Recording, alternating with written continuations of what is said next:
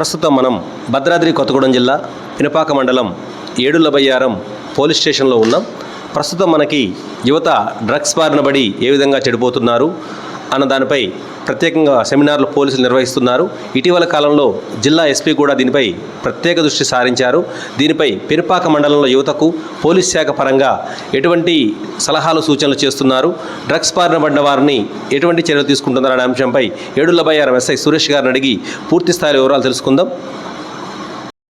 ఇప్పుడు ప్రస్తుతం మన వేధిస్తున్న సమస్య యువతని డ్రగ్స్ బాగా ప్రచారం జరుగుతుంది సార్. అసలు డ్రగ్స్ నిర్మూలన పోలీస్ శాఖ పరంగా మీరు ఎటువంటి చర్యలు తీసుకుంటున్నారు?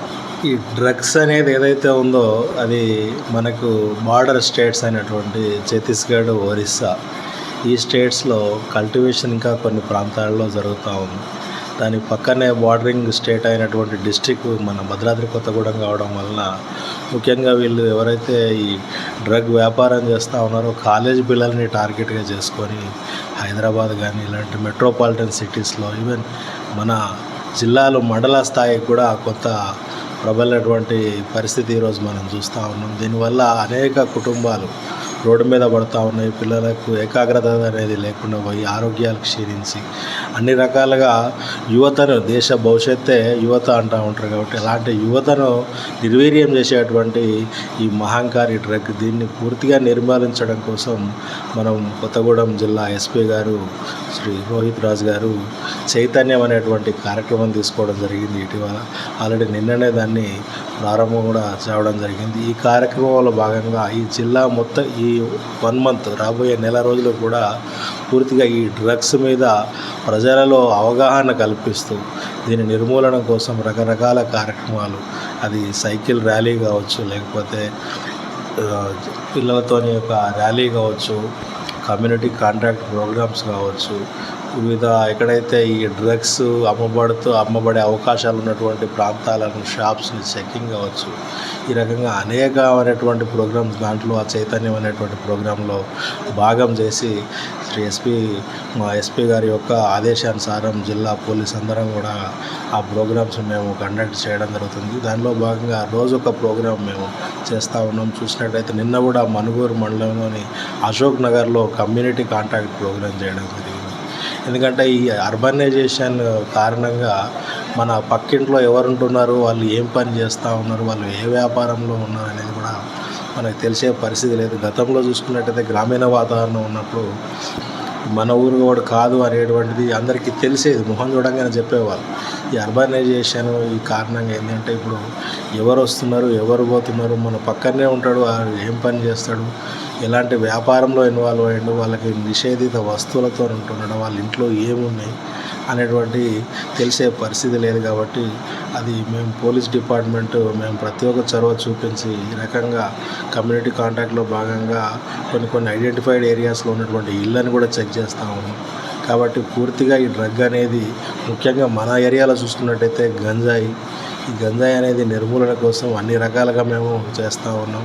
మీరు రెగ్యులర్గా పేపర్లో చూస్తూనే ఉంటారు. మన ఎంటైర్ స్టేట్లోనే ఎక్కువ మొత్తంలో ట్రాన్స్పోర్ట్ కాబడుతున్నటువంటి గంజాయిని పట్టుకున్నటువంటి ఘనత కూడా మన భద్రాద్రి కొత్తగూడెంకే దక్కిందని చెప్పడం మేము చాలా గర్విస్తూ ఉన్నాను. దానికి మా అందరినీ కూడా ముందుండి నడిపిస్తున్నటువంటి మా ఎస్పీ గారికి నా కృతజ్ఞతలు కూడా నేను తెలియజేస్తూ ఉన్నాను. కాబట్టి దీనిలో ఈ కార్యక్రమం ముఖ్య ఉద్దేశం ఏంటంటే ప్రజలను చైతన్యం చేయడం. ప్రోగ్రాం పేరే చైతన్యం కాబట్టి ప్రజలను, యువతను చైతన్యపరుస్తూ వాళ్ళ నుంచి పూర్తి సహాయ సహకారాలు అందిస్తేనే ఈ డ్రగ్ మహమ్మారిని మన ప్రాంతం నుంచి నిర్మూలించేందుకు తోడ్పడుతుందనేటువంటి కార్యక్రమం చేస్తూ ఉన్నాం. మనం చూసుకున్నట్టయితే కోవిడ్ టైంలో మన ప్రాణం మీదకి వస్తుంది అనేసరికి ప్రతి ఒక్కరు స్వచ్ఛందంగా వాళ్ళు మాస్క్ పెట్టుకోవడం జరిగింది.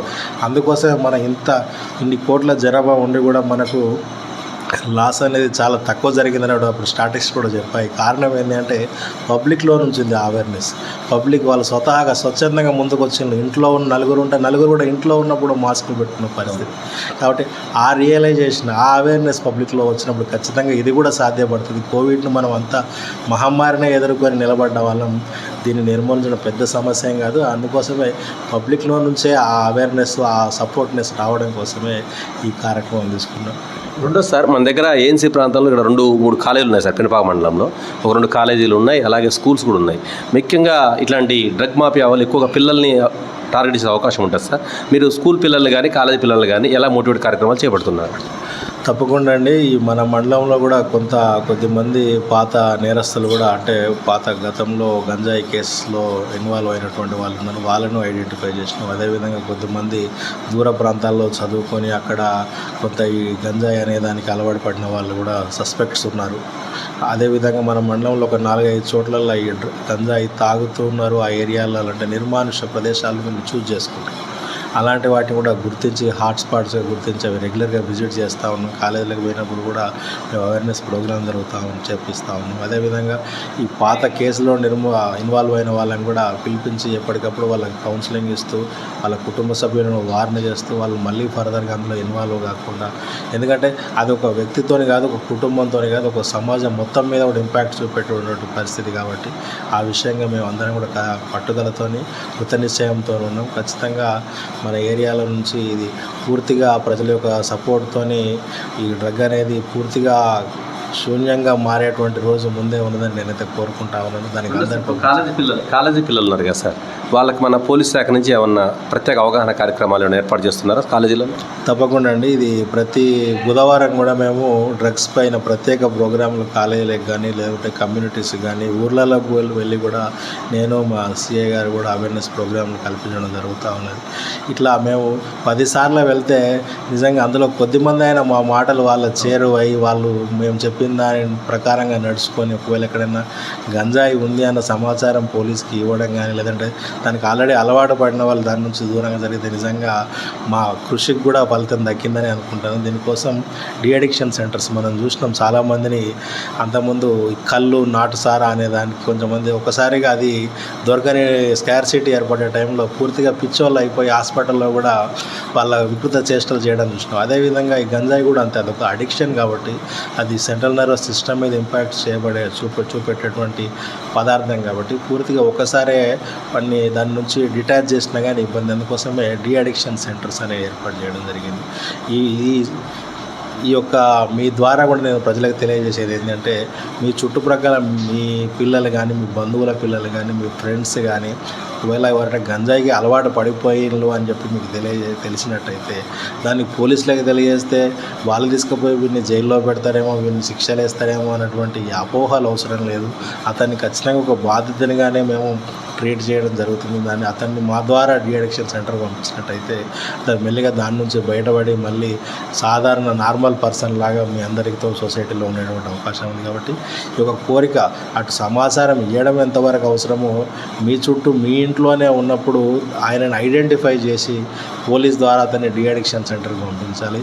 ముఖ్యంగా కొన్ని లక్షణాలు ఉన్నాయి. ఒక వ్యక్తి గంజాయి కనుక అలవాటు పడ్డాడు అని మీరు గుర్తించాలంటే అది ఎట్లా అంటే, ఆ అబ్బాయి కాలేజీ పిల్లలు ఎక్కువ మనం చూస్తాం కాబట్టి రాత్రి 12 1 గంట అయినా ఇంటికి రాకపోవడం, వచ్చినా సరిగా అన్నం తినకపోవడం, కుటుంబ సభ్యులతో ఇదివరకు ఉన్నట్టుగా ఉండకుండా ఐసోలేటెడ్గా ఒంటరిగా ఉంచుకోవాలనుకుంటా ఉంటాడు. అన్నం అనేదాన్ని పూర్తిగా విస్మరించడం కావచ్చు, ఇదివరకు ఉన్నట్టుగా ఆ క్లోజ్నెస్ కానీ హ్యాపీగా కానీ అందరితో కలిసి ఉండకపోవడం కావచ్చు.